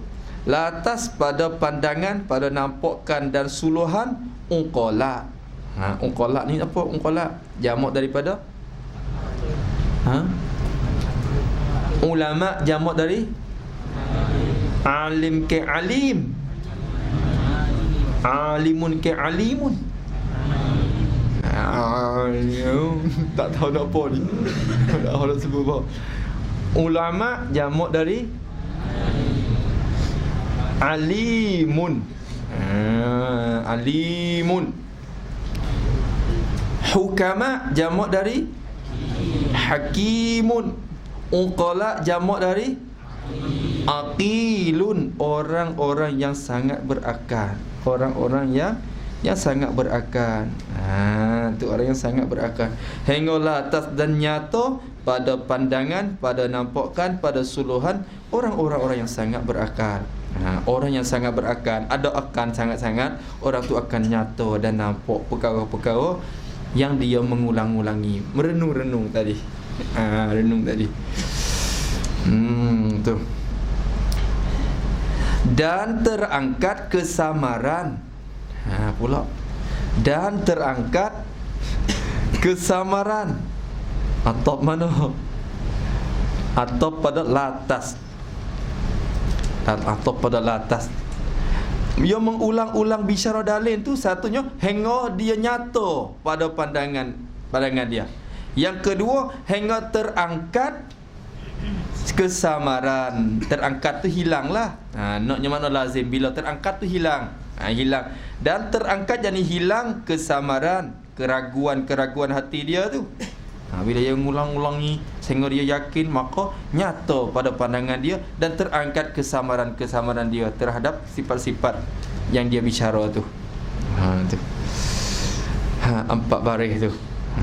Tu. Kitab ni pernah dihantar ke Kuala Lumpur. Tok Guru cerita kata semasa dia mengajar dulu, Tok Guru Soleh, dia mengajar di Masjid Bukhari di Kedah kitab ni. Lepas tu bila mengajar tu, ada seorang tu menentang kitab ni. Dia tak faham kitab ni. Bila dia tak faham tu, dia baca tak faham. Dia kata kitab ni sesat. Bila tak faham tu mula dia kata sesat. Kitab ni apa tak boleh mengaji, ni ajaran sesat. Apa tu, tengok puji-pujian, apa menerang terus penlatas apa tu. Tu sesat ni. Bila kata ajaran sesat, maka dilarang mengajar di Masjid Bukhari. Tu orang tu dia tulis ketah. Lepas tu dia tepek di masjid, dilarang Tok Guru mengajar kitab ni di masjid ni kerana kitab ni gini. Lepas tu Tok Guru pun bila pergi kepada masjid, nampak dia melarang tak mengajar, balik. Ada seorang tu sanggup. Tok Guru tak apa baca, amo sanggup. Ada juga tu running tu. Tok Guru tak apa, amo sanggup sendiri. Tak apalah, dia mau tak bagi mengajar lah, kita balik. Bila balik ke rumah, Tok Guru pun dah fikir, kata, apa ni kitab ni kita ni dia mengaji dengan Pak Dah lagi. Lalu Tok Guru pun tak sedap rasa, dia tulis surat pula kepada orang ni, orang yang melarang kitab. Dia kata, saya terima kasih yang Tuan tolong tegurkan saya, tapi saya ingin nak tahu penjelasan betul manakah yang silap dalam Baqarah. Saya nak tahu juga di mana tempat yang Baqarah ni sesat dan menyeleweng. Tolong Tuan terang. Saya akan mengaji dengan Tuan pula. Terus kata, saya akan mengaji dengan Tuan pula. Dia tak boleh terang. Mana tempat sesat di mana? Maka kitab ni dihantar kepada Kuala Lumpur untuk berbahas-bahas tentang isinya pada masa tu. Maka dikumpul oleh beberapa orang yang bijak-bijak, pada doktor-doktor berkumpul untuk berbahas masalah kitab ni. Mana kesilapan kitab ni? Dia baca, tak faham di baris 2-3 tu lagi. Netapkan padanya terus pengetahuan, kejap mengerti dan merenung-renung pula. Maka akhirnya terpaksa hantar balik ke Kedah. kitab tu. Dan mengaku tak dapat, tak faham isi kandungan. Maka Sultan Kedamaian satu panggil untuk membenarkan semula. Baca. Jadi Sultan Kedamaian jadi tak apalah. Tu. Dia sendiri panggil orang yang larang tadi, dan juga tu guru tu yang berjumpa dan juga dibenarkan balik untuk mengaji. Sampai ke hening cukup dah 100 tahun ni. Tu kitab Baqaratul Amani daripada mulai mengarangnya sampai kini 1 koron dah. 1 koron dah. Kita tak beranak lagi. Tu Baqarah tu ada dah. Tu. Sebab tu pada dia ada tulis syair di bawah belakang tu. Aban kalam unasul la khalaqa lahum wa ma alayhi idza abuhu min dararin ma darra syamsad duha'i fil ufuqi tali'atan alla yara daw'aha man laysa za basarin. Akhirnya tu syair tu ngapa ingat. InsyaAllah kita akan hurai pula semula. Dan terangkat kesamaran habis itu. Dan rahmat Tuhan, tu khutbah puji tu baru habis dah, ni baru salawat Nabi pula ni. Dan rahmat Tuhan dan kesejahteraannya Tuhan atas semulia-mulia makhluk dan sebebas-bebas utusan Nabi Muhammad sallallahu alaihi wasallam yang dibangkitkan dengan seruan mengesahkan Tuhan dan menunjukkan jalan-jalan kelepasan. Apa tu faham tak tadi? Rasa-rasa macam nak faham, tapi sekaligus tak faham. Lagi. Dan atas keluarganya dan sahabat-sahabatnya sebaik-baik ini umat dan sebersih-bersih kelasan. Apa kelasan? Tu. Tu tengok sekali lagi. Dan rahmat Tuhan, jadi minta rahmat dari Tuhan. Tu mubtada kalau kiranya. Dan rahmat Tuhan, jadi minta rahmat dari Tuhan. Rahmat ni apa? Berbuat baik. Buat asal rahmat ni apa? Kesian ataupun mailul qalbi ila syai', cenderung hati kita kepada sesuatu perkara tu makna rahmat. Ataupun kata setengah riqqatul qalbi, lemuk hati. Mailul qalbi ila syai' tu asal makna rahmat. Makna rahmat, cenderung hati. Maka Allah Ta'ala bila kita tahu Tuhan kesian kita, Tuhan ada hati ke? Kerana sifat rahmat ni sifat yang keluar dari hati. Bila sifat tu keluar daripada hati, Allah bukan jisim, bukan jirim yang mana ada hati, sehingga ada sifat rahmat keluar daripada hati Tuhan. Maka Allah Ta'ala nak kata kesian dengan makna tu tak boleh. Mustahil ada hati Allah Ta'ala tu. Lepas tu apa maksud rahmat dan kesian? Pergi pakai mana lazim. Lazim daripada seorang itu ada sifat kesian, dia buat baik kepada orang. Sebab itulah rahmat dengan makna membuat baik, diguna makna lazim daripada ada sifat tadi. Bila Allah Ta'ala ada rahmat, ada kesian belah, lazim darinya Allah Ta'ala buat baik. Sebab itulah ulama jadi bahas makna tu. Rahmat dengan makna ihsan, kalau setengah kata rahmat dengan makna iradatul ihsan, itu semua kembali kepada sifat. Kalau dengan makna iradatul ihsan, kembali kepada sifat iradah. Kalau ihsan, kembali kepada sifatul af'al. Tu dia katanya. Maka di sini kita pintah maksudnya dan rahmat Tuhan, jadi minta Tuhan membuat baik. Tu minta Tuhan membuat baik. Tu dan memberi, kita kata. Dan kesejahteraannya Allah, Tuhan tu, jadi minta Allah Ta'ala memberi kesejahteraan, minta Allah Ta'ala memberi keselamatan atas semulia-mulia makhluk. Tu. Jadi ni jadi khabar lah ni. Minta turunlah berilah kedua-dua tu atas semulia-mulia makhluk. Makhluk yang semulia-mulia sekali, hak mulia sekali. Siapa dia makhluk yang mulia sekali? afdalul khalqi 'alal itlaqi nabiyuna famil 'alis syiqaqi wal anbiya yalunahu fil fadli wa ba'dahum malaikah zul fadli yalihumu qaumun kiramun bararah iddatuhum sittun taman muasyarah. Lagi jaharah maka seafdal makhluk Nabi kita sallallahu alaihi wasallam. Bila itlaqkan makhluk yang afdal sekali Nabi Muhammad sallallahu alaihi wasallam. Sebab itulah musannaf di sini bila kita tahqiq sini kita ambil jauharah magila ni untuk nak tahqiqkan semulia-mulia makhluk tadi. Tu atas semulia-mulia makhluk. Dan sebebas-bebas utusan atas pada semulia-mulia makhluk. Minta turun atas sebebas-bebas utusan.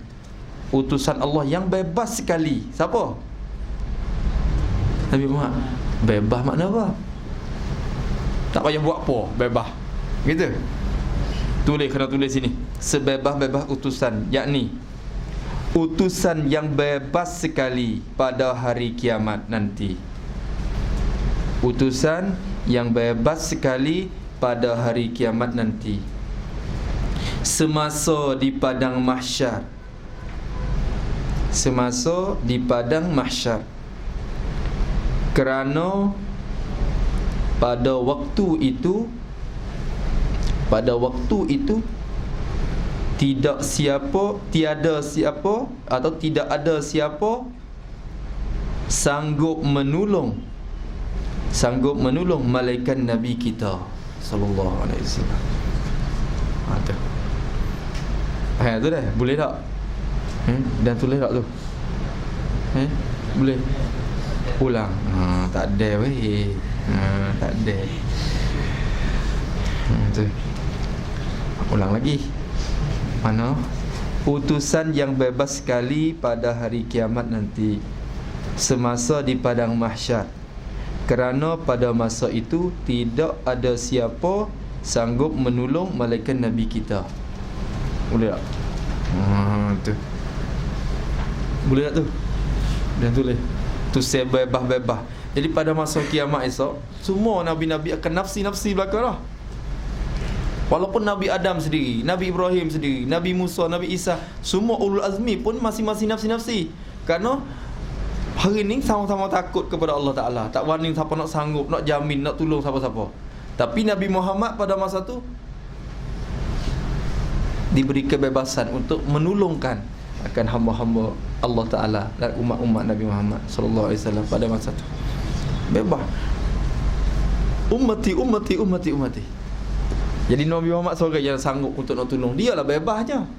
Bebas pada menolongkan hamba Allah Ta'ala pada hari kiamat di padang mahsyar tu. Maka pada yang kata sebebas-bebas utusan makna tu. Utusan Allah Ta'ala yang bebas sekalinya pada hari kiamat nanti, iaitu Nabi kita sallallahu alaihi wasallam. Nabi Muhammad itu badal lah, semulia-mulia makhluk dan sebebas-bebas utusan. Siapakah? Ialah Nabi Muhammad sallallahu alaihi wasallam. Nabi kita Muhammad sallallahu alaihi wasallam. Nabi Muhammad yang dilantik,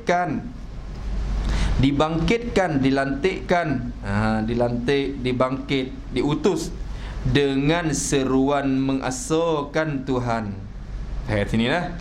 Dibangkit dengan seruan mengasahkan Tuhan. Kena tulis pula betul seruan sikit. Tulis sikit betul seruan mengasahkan Tuhan. Yakni dilantikkan Nabi kita,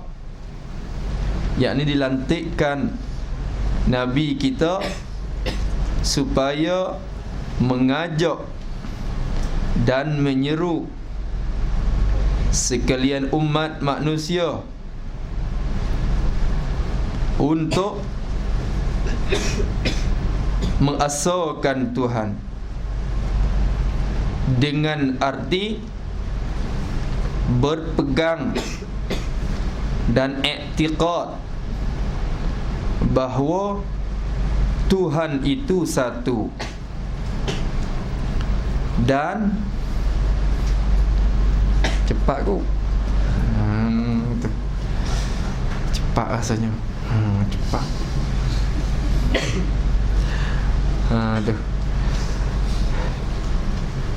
Dan tak tadi?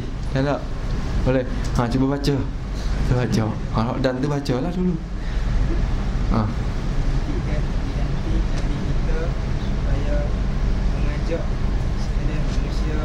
Dilantikkan Nabi kita supaya mengajak dan menyeru sekalian umat manusia untuk mengasahkan Tuhan dengan berpegang selalu. Dengan arti, apa arti mengasahkan Tuhan? Mengasahkan Tuhan dengan arti berpegang dan iktikad mana? Bahawa Tuhan itu satu, dan suruh mengibadatkan Tuhan yang satu. Habis itu. Dan suruh mengibadatkan Tuhan yang satu. Yang dimaksudkan dengan seruan mengasahkan tu. Tu seruan mengasahkan Tuhan. Yang ini dilantikkan Nabi kita supaya mengajak dan menyerukan sekalian umat ini untuk mengasahkan Tuhan. Yang ini untuk umat ini berpegang dan iktikad dalam hati bahawa Allah Ta'ala itu satu saja. Satu je. Satu apa makna? Itu belajar dalam ilmu, dalam sifat wahdaniyat pula. Satu pada zat, satu pada sifat, satu pada af'an. Apa makna satu pada sifat? Pada zat, zat Allah Ta'ala tidak berbelah bagi, tidak berjuzuk-juzuk, sekurang-kurangnya 2 juzuk, kerana zat Allah Ta'ala bukan jirim, dan tidak ada satu zat pun sama dengan zat Allah.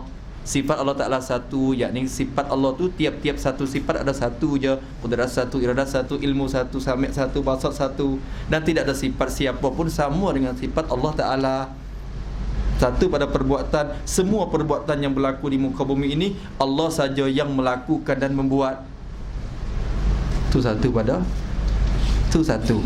Tu makna satu wahdaniyah. Tu boleh, InsyaAllah. Tu ternafi apa kam apa tu. Tu depan tu.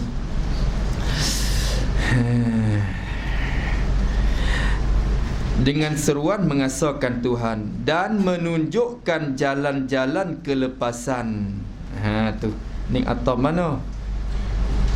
Atau mana ni?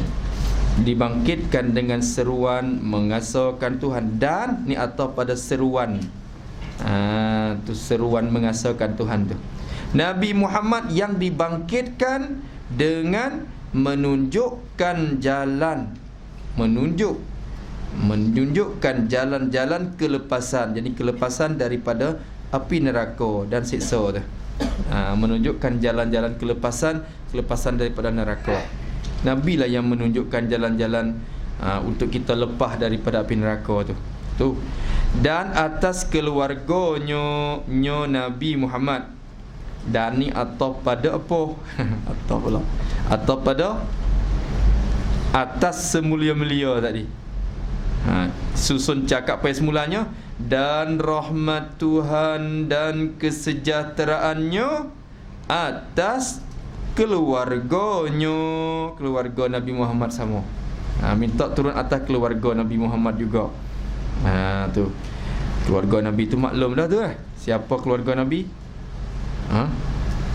Bani Hashim dan Bani Muttalib. Kalau mengikut makam, satu makamnya makam zakat. Keluarga Nabi itu tidak boleh terima zakat. Siapa yang dimaksudkan dengan keluarga Nabi? Bani Hashim dan Bani Muttalib. Dan kalau sekiranya pada makam puji, makam madah, makam puji, kita puji akan keluarga Nabi, puji akan keluarga Nabi, maka siapakah keluarga Nabi? Maksud dengan keluarga Nabi yang patut dipuji, maksud dengan keluarga Nabi dalam makam tu ialah kullu mu'minin kullu mu'minin taqiyyin. Tiap-tiap orang yang beriman yang terlepas daripada syirik, jadi yang bertakwa kepada Allah Subhanahu Wa Taala dan lepas diri daripada syirik. Mereka yang baik-baik tu lah. Tu yang kita kata yang bertakwa tu. Hak tu dikatakan keluarga Nabi. Kalau dikira di makam madah, makam puji. Tapi kalau dikira pada makam doa, Ya Allah rahmatilah keluarga Nabi. Ya Allah ampunkanlah keluarga Nabi. Ya Allah selamatkanlah keluarga Nabi. Kita doa untuk keluarga Nabi. Apa maksud keluarga Nabi dalam maqam doa tu? Itulah kullu mukminin walau asian. Tiap-tiap orang yang beriman walaupun berdosa dan derhaka kepada Allah Taala sekalipun, kalau masih beriman, maka dia juga masuk dalam keluarga Nabi sallallahu alaihi wasallam pada maqam doa tu. Kerana mereka yang berdosa itulah sepatutnya didapat doanya, yang layak untuk dapat kita mendoakan. Herat rasanya kita lalu dengar dah ni dah. Tak. Tiap-tiap kitab sebut benda ni. Wa ala alihi tu. Tak. Dan sahabat-sahabatnya, sahabat Nabi Muhammad sallallahu alaihi wasallam, ini atas pada keluarganya. Jadi atas sahabat-sahabatnya, sahabat Nabi sallallahu alaihi wasallam.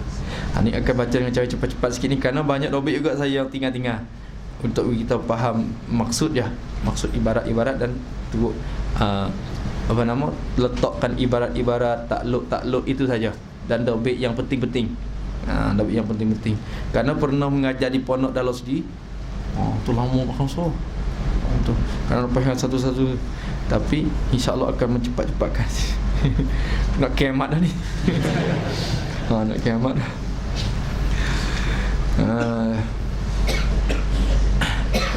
Habis. Atas keluarganya keluarga Nabi dan sahabat-sahabatnya sahabat Nabi. Sahabat Nabi mana? Sebaik-baik ini umat. Ni sifat bagi sahabat-sahabat Nabi. Minta turun atas sahabat-sahabat Nabi, sahabat yang sebaik-baik ini umat. Umat Nabi ni banyak, tapi sebaik-baik lapisan umat Nabi ni ialah lapisan sahabat. Nabi kata apa? Khairul quruni qarni. Sebaik-baik korun itu korun aku. Korun aku ni kena korun sahabat tu lah. Maka mereka ni sebaik-baik ini umat. Sebaik-baik ini umat. Tok Guru kata, kemala kambing pada masa korun sahabat, korun Nabi lebih baik daripada ulama pada masa ni lagi. Sebab apa? Mereka berjumpa Rasulullah dalam korun yang selamat. Kita ni walaupun jadi ulama sekalipun, tapi dia korun yang akhir-akhir dah ni, baik demo tu. Wasahbuhum khairul quruni fastami' fatabi'un liman tabi'. Tu sahabat tu, korun tu lah yang baik sekali. Walaupun nampak lekeh pun, nampak orang tu orang biasa, orang kampung tapi orang yang soleh-soleh lah. Orang yang soleh-soleh pada masa tu, tapi dia orang biasa yang nampak, bukan jadi ulama hebat-hebat pada masa tu, tapi dia lebih baik pada orang yang baik dalam masa ni lagi. Kerana mereka dalam korun yang sebaik-baik. Yang sebaik-baik. Tu. Habis itu. Ada pula tu dalam Jahrah tu. Wasahbuhum khairul quruni fastami' fatabi'un liman tabi'. Wa khairuhum man wuliyan khilafah. Dalam sahabat tu siapa yang lebih? Mereka yang dilantikkan jadi khalifah. Tu. Tu ada Jahrah tu.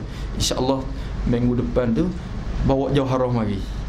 Sebelum pada kita nak mengajar ni, kita akan baca Jahrah ramai-ramai. Mengapa? Sekadar 20 bait dulu. Mengapa tiap-tiap minggu. Tak ingat binatang. Dia kena ingat sikit-sikit. Tu. Ni tak mengapa, tak berani nak mengapa ni. Takut tak ingat. Tak berani nak mengapa. Kena. Sebab apa tak mengapa? Takut tak ingat. Pak kalau tak hafal ingat tak? Tak ingat juga. Kalau itu baik kita hafal.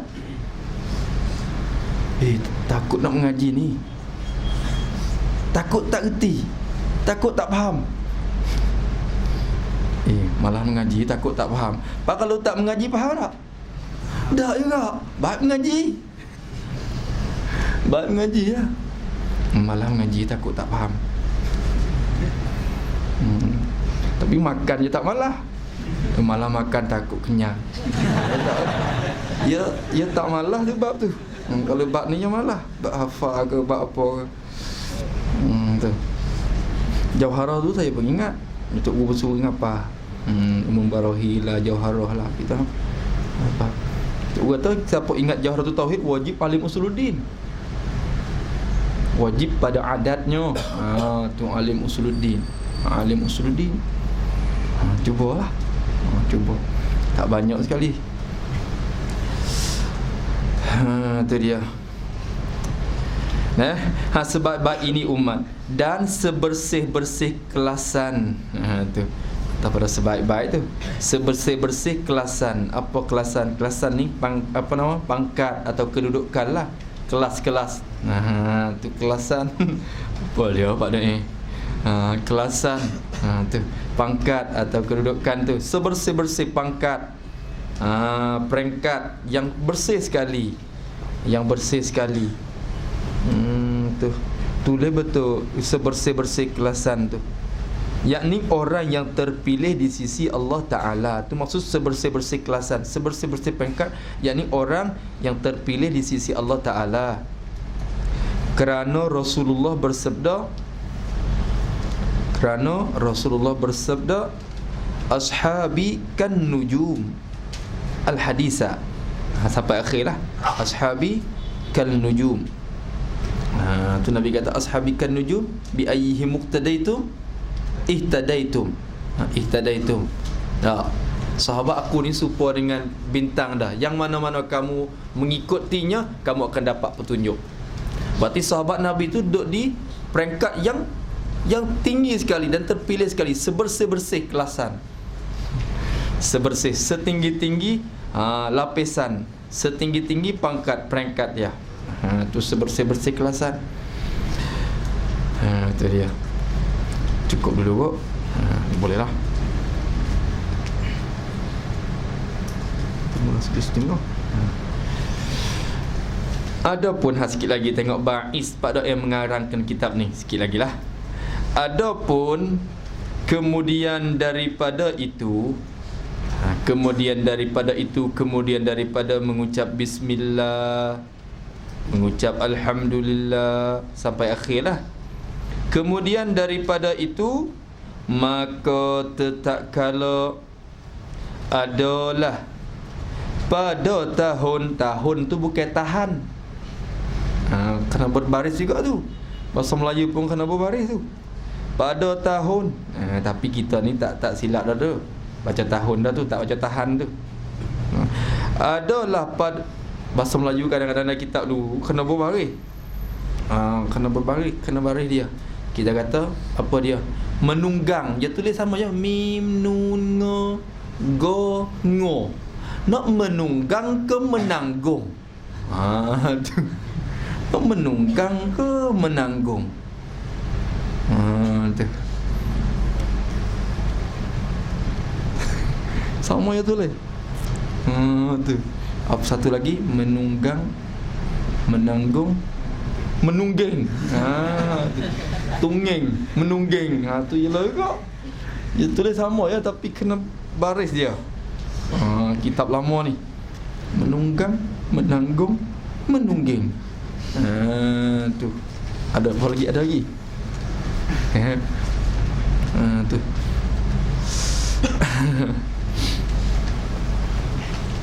Lebih lagi kitab je hikam Jawi tu, hikam hok untuk Pulau Manis tu. Cara hikam, terjemahan hikam tu ulama tu.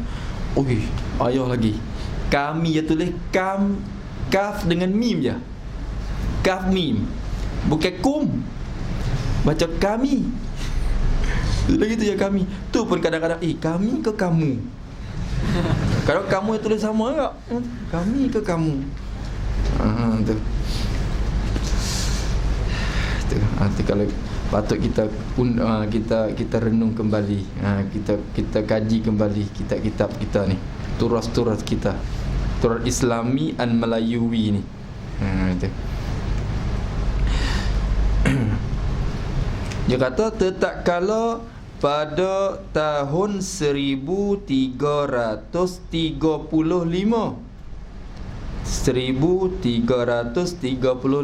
Hijriah lah. Hijriah. Sekarang ni 1000 apa? 1438. 438. Oh, berapa tahun dah? 100 lebih dah, 103 tahun. Oh. Tetatkala pada tahun 1335 menuntut ti ni meminta, memohon daripada hamba ni Pak Da'i lah, Pak Da'i Mekah tu, Syekh Ismail tu, menuntut ti dan meminta daripada hamba ni. Siapa menuntut, siapa meminta? Oleh ni Pak Da'i dia, menuntut ti daripada hamba oleh setengah-setengah saudara, oleh setengah-setengah saudara. Setengah saudara tulis itu. Tu maksud dengan setengah-setengah saudara tu siapa? Murad dengan setengah saudara di sini, murad ataupun maksud dengan setengah saudara di sini ialah Haji Ahmad yang di kampung Tobiat. Apa Tobiat dah? Tobiat dah kot di Pendang Kedah tu. Tobiat lah ni. Tak tulis lagu mana? Tobiat. Saya pun tulis tawau tu bayar Tobiat. Bayar alif ra bayar. Tobiat. T O to B A B I A R. Dah. Betul tak? B I A Q R. Biak. Itu. Kedaya ada istilah lah. Ya luah lahjah dia tu calak biak tok biak. Tu. Nak juga tu. Tu di kampung tu jadi dah masuk dalam kawasan Pendang lah. Kalau ikut jalan Pokok Sena pun lalu ke Pokok Sena, masuk ke Pendang. Masuk ke Pendang yang lalu tok biak tu apa panjang-panjang kubu panjang. Dah situ pun dekat tu. Dekat tu Tobiak tu. Di kampung tu dulu ada ponok. Ada ponok. So dulu lagi beratus tahun dulu. Tu. Ada tok guru lah, ada nama Haji Ahmad ni, anak murid pada. Hantar tu lagi. Semurad dengan saudara di sini ialah Haji Ahmad yang di kampung Tobiat Pendang Kedah. Ia adalah anak murid Pak Da'i. Tu dia. Habis itu. Tu orang panggil setengah saudara. Maksud dengan setengah saudara. Jadi Pak Da'i Mekah ni pada tahun 1335 ni dia ziarah Kedah. Untuk ziarah anak-anak murid dia dan adik dia Pak Cuhim yang ada di Gajah Mati tu. Pak Cuhim tu buka ponok di Gajah Mati.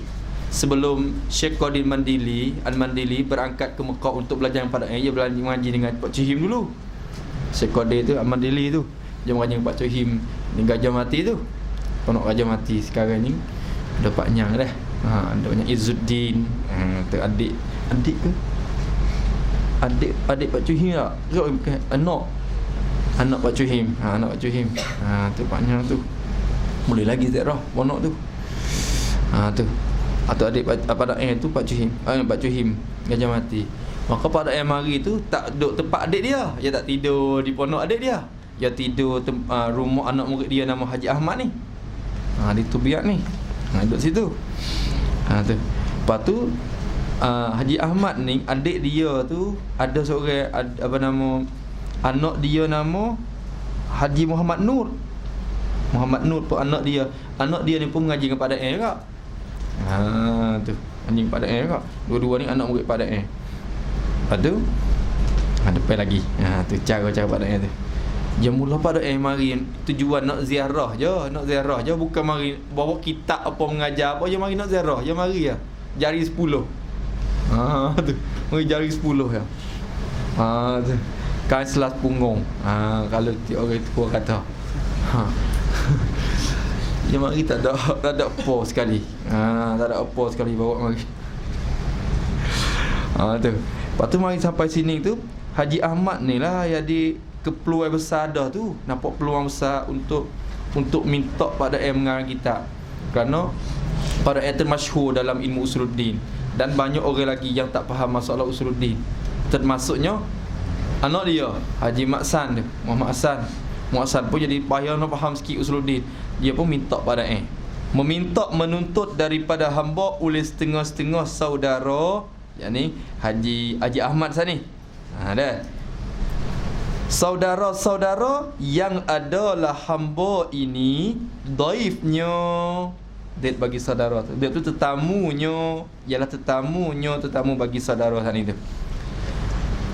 Meminta oleh setengah saudara yang adalah hamba ni, pada yang kata hamba ni ialah dia tetamunya. Hamba ni jadi duduk tumpang rumah dia. Lepas tu dia tu minta ke hamba ni. Minta hamba ni. Hamba tumpang rumah. Kita tumpang rumah orang, dia mau minta kita. Oh, susah nak tolak. Lalu tu saudara hamba ni, iaitulah Haji Ahmad ni, yang minta daripada hamba. Hamba ni dia Dave-nya, tetamunya. Tetamunya. Yakni tetamu, yakni hamba ini berhenti di rumahnya, tak apalah. Akan bahawa hamba tulis bagi setengah daripada kekasihnya akan sifat 20. Tu. Menuntut oleh setengah saudara, menuntut apa? Maf'ul dia. Menuntut akan bahawa tu. Jadi kalau kita bahasa Arab kau anna talaba minni ba'du, apa kita kata, ba'du ikhwani allazi kuntu dhaifahu kita katalah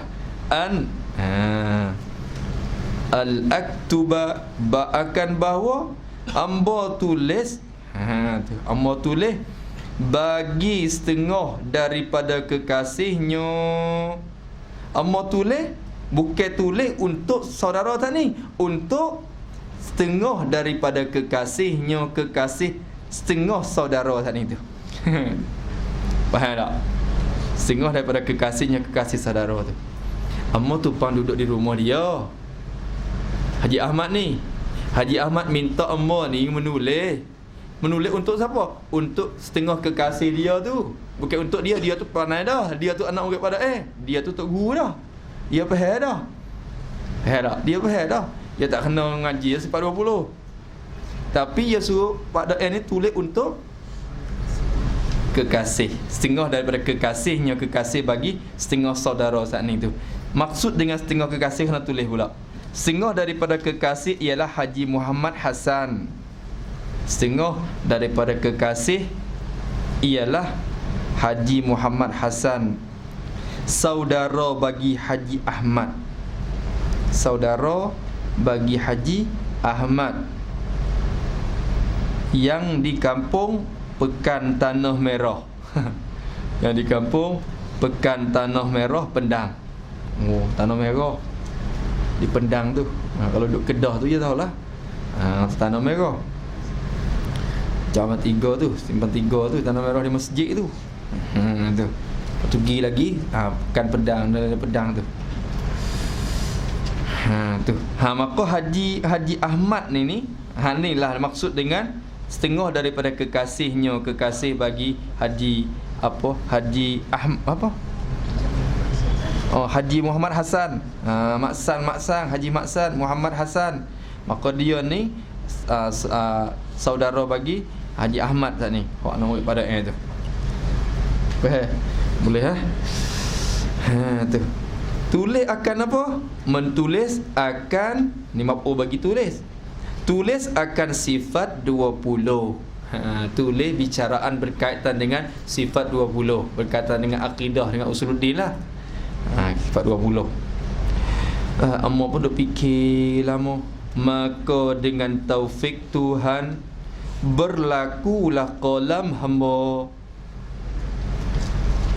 Maka dengan taufik Tuhan, dengan sebab Tuhan beri taufik. Taufik ni apa taufik? Taufik tu apa? Fa khaliqul li 'abdihi wa ma'amin muwaffiqul liman arada ay yasil. Fa khadhilul liman arada bu'dahu. Taufik tu apa? Taufik tu apa? Alhamdulillah tuan-tuan, Allah Ta'ala bagi taufik kita, hidayah kita. Pandai sebut taufik tu. Taufik tu apa? Ha? Petunjuk. Petunjuk. Irsyad ke hidayat ke? Beza mana? Taufik petunjuk gitu. Apa? Apa makna taufik? Ya. Kekuatan. Kemampuan. Kekuatan untuk taat. Kekuatan. Dalam istilah di ulama, taufik tu apa? Khalqu qudrah at-ta'ah fin abdi. Khalqu qudrati ta'ati fin abdi.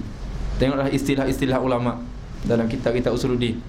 Khalqu qudrati ta'ati fin abdi. Apa makna? Khalqu, Allah menjadikan. Jadi apa? Qudrati ta'ah. Allah Ta'ala menjadikan kudrat. Kudrat ni kena mengaji pula. Kudrat ni ada dua jenis. Ada kudrat yang qadimah, ada kudrat yang hadisah. Kudrat yang qadimah ialah sifat kudrat Allah Subhanahu Wa Ta'ala. Kudrat itulah mengada, meniada, taksir. Adapun kudrat satu lagi, kudrat yang hadisah, kudrat makhluk. Allah Ta'ala bagi kudrat kepada makhluk. Kudrat ni dengan makna kasbun. Kudrat ni dengan makna apa? Pak Daeng kata rang. Kalau bahasa petani kata rang. Rang. Apa rang? Rang ni di asal bahasa Siam tu rang tu. Rang. Dipermelayu, diperfatanikan. Jadi rang. Jadi rang. Kalau bahasa Kedah panggil apa tu? Tenaga. Tu rang tu tenaga. Allah Ta'ala menjadikan tenaga. Tapi tenaga tu untuk buat taat. Ya, tenaga ada dua. Ada tenaga yang diberi untuk taat, dan ada tenaga yang diberi untuk maksiat. Kadang-kala orang tu ada tenaga untuk maksiat, tapi bila dia ajak buat taat, dia tak larat. Dia tak bertenaga. Sampai ke satu ke dua boleh ya tengok bola. Tak tidur-tidur, duduk menonton bola. Tengok bola tu masalah. Sampai cerah, sampai subuh. Tengok, dengar lagu, apa, muzik. Dia ada tenaga untuk benda tu, tapi nak bangun tahajud tak larat. Tahajud 2 rakaat pun tak berkemampuan, tak ada tenaga. Tu Allah Ta'ala bagi tenaga untuk maksiat, tapi tak diberi tenaga untuk taat. Maka kalau diberi tenaga untuk taat dinamakan taufik. Allah Ta'ala menjadikan tenaga untuk dapat bertaat dalam seorang diri hamba tu. Maka kalau Allah Ta'ala jadi tenaga untuk maksiat dinamakan khizlan. Bukan taufik, khizlan. Fa khazilul liman arada bu'dahu. Allah Ta'ala mengkhizlankan. Khizlan ni apa? Membiarkan. Membiarkan dia tu dalam kemaksiatan. Tu khizlan. Allah Ta'ala bagi tenaga untuk kerja maksiat. Wa niyazbillah min zalik. Maka malam ni taufik ni. Taufik ni. Gitu pun taufik. Kalau mari ngantuk-ngantuk pun taufik dah. Ada tenaga dah untuk mari mengaji. Untuk mari datang mengaji. Mengaji kitab. Mana? Cuba hati tengok. Alhamdulillah lah. Maka amma ni diberi taufik. Maka dengan taufik Tuhan, dengan taufik dari Tuhan, Allah Ta'ala bagi taufik kepada amma, berlakulah. Maksud berlaku ni apa? Bergeraklah ataupun berlarilah, bergeraklah qalam hamba ni. Qalam hamba ni. Jadi mula mengarang adalah berlakulah qalam hamba. Dengan taufik Allah Ta'ala, bergeraklah, berlakulah qalam hamba ni. Tu qalam hamba ni pun berlaku dan bergerak. Mulai bergerak. Yang ni mulai mengarang lah hamba ni. Bismillahirrahmanirrahim. Dengan taufik. Tu masa ni mengarang apa? Mengarang matan Baqarah saja. Syarah belum lagi. Syarah di Mekah nun. Syarah di Mekah. Tapi masa ni mengarang Baqarah ya. Masa tu tidak ada kitab rojak ke apa pun. Semata-mata apa yang ada dalam ingatan dia. Apa yang dia sudah dapat faham daripada cakapan guru-guru, apa yang dapat syarahan daripada guru-guru masyayikh-masyayikh di Mekah, yang apa dia je faham. Susah juga orang kita ni. Bijak dah dapat mengarang dengan apa yang adalah ingatan tu bukan senang. Bukan mudah. Biasa kita nak mengarang pun tengok kitab tu, tengok kitab ni, tengok rojak kitab tu dulu nak mengarang. Ni dak masa ni dia tak nak bawa kitab. Selas pun jari 10 jari je hari. Ke Kedah ni. Tu. Waktu masa tu terpaksa jugalah, tak apalah. Dia tu tuan rumah, amma ni tetamu dia. Tak apalah, taufik Allah SWT. Bismillahirrahmanirrahim. Mulai berlakulah qalam amba, jadi mulai mengaranglah amba ni berlaku di dalam beberapa hari. Tu berlaku dalam beberapa hari. Tok Guru kata dalam tak sampai 10 hari lah, lebih kurang 10 hari duduk di rumah Haji Ahmad ni. Tu berlakulah amba dalam beberapa hari di rumah Haji Ahmad lah ni. Beberapa hari ni di rumah Haji Ahmad duduk tulis. Tu nak apa dulu, nak susun apa bagi kemudahan, nak apa, nak kata apa. Tu berlaku, bergerak kala qalam amba ni dalam beberapa hari.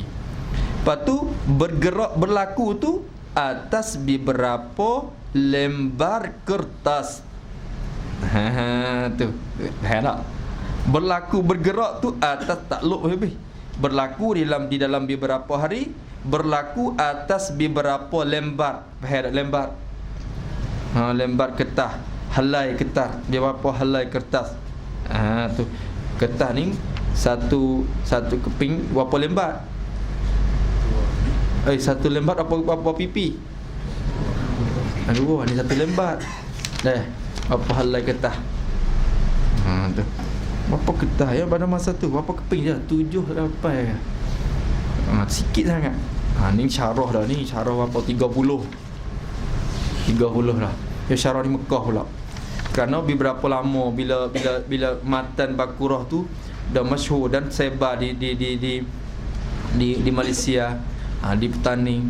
Masa tu berbahah-bahah orangnya jadi apa ni, masyhur kitab ni.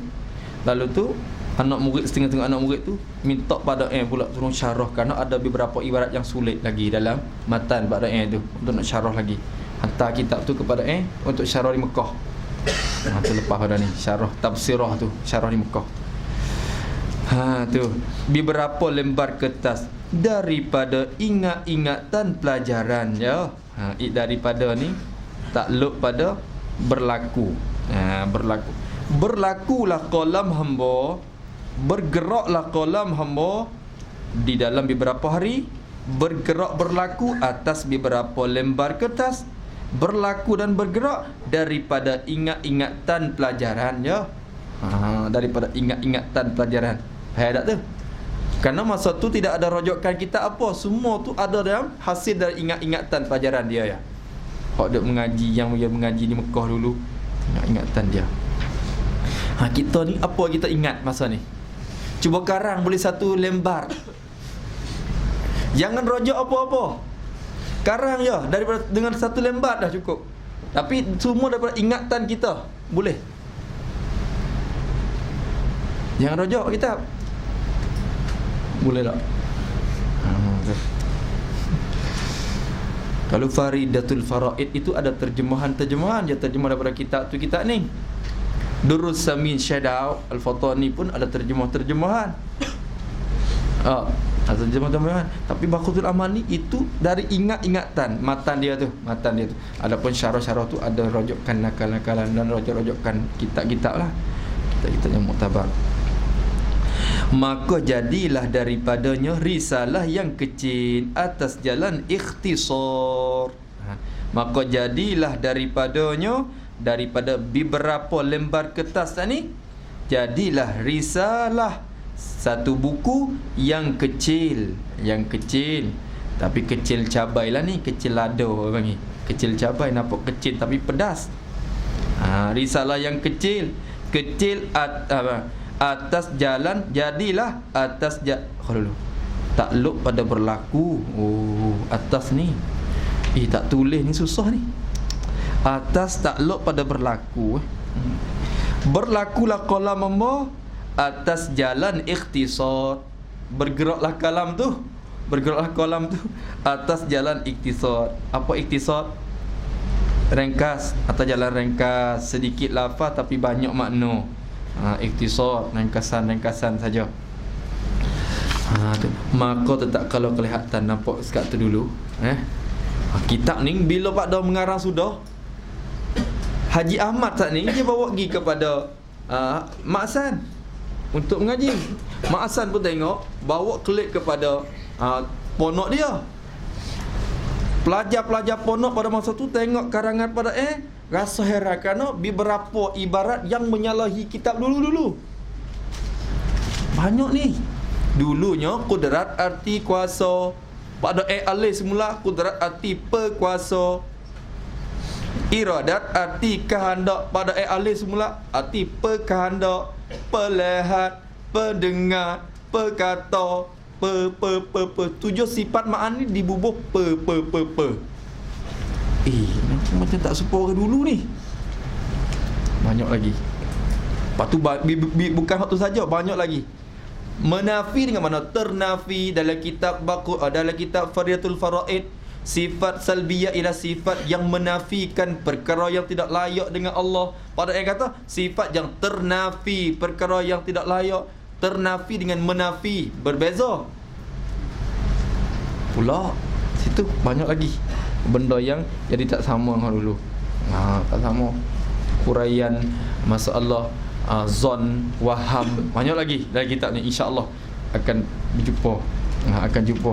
Bila tengok lagu tu bahar-bahar, lagu mana ni Pak Dah ni, banyak lagi orang dulu ni berbahar-bahar. Masa tu Pak Dah ada lagi di Kedah. Pakak mari cari pada setengahnya mari nak iktiraf. Pak Dah macam ni ke mana? Ni tak sama orang dulu-dulu ni. Macam mana ni? Macam-macam masa Tuhan ni. Maka tetap kalau kelihatan atasnya oleh setengah-setengah talabah membahas-bahas ia daripada tuturannya, maka datang atasnya iktiraf pada menyalahinya akan tuturan kitab-kitab Melayu yang dahulu-dahulu pada beberapa tempat semula. Pada hurai semula, hurai akhirnya terpaksa mengaku dan terima. Sungguh sungguh. Tu alih semula tu bukan menyalahi orang lalu, cuma nak apa? Alih terjemahan untuk nak mudah lagi fahaman. Tu insya-Allah kita akan mengaji. Ni bahasa kita ni, kalau kita ngaji bahasa Arab, Syekh pun kudrat situ. Sifatun wujudiyatun qaimatun bizatihi ta'ala. Tu Syekh kata. Tapi bahasa kita Melayu kata apa? Tu yang kita kena bincang tu. Bahasa Melayu kita tu apa? Kelima tu. Kuasa, apa makna kuasa? Tu kena baca. Bukan berkuasa dan kuasa berbeza. Tu. Lagi insya-Allah. Maka tetap kalau kelihatan atasnya oleh setengah talabah. Wallahu a'lam.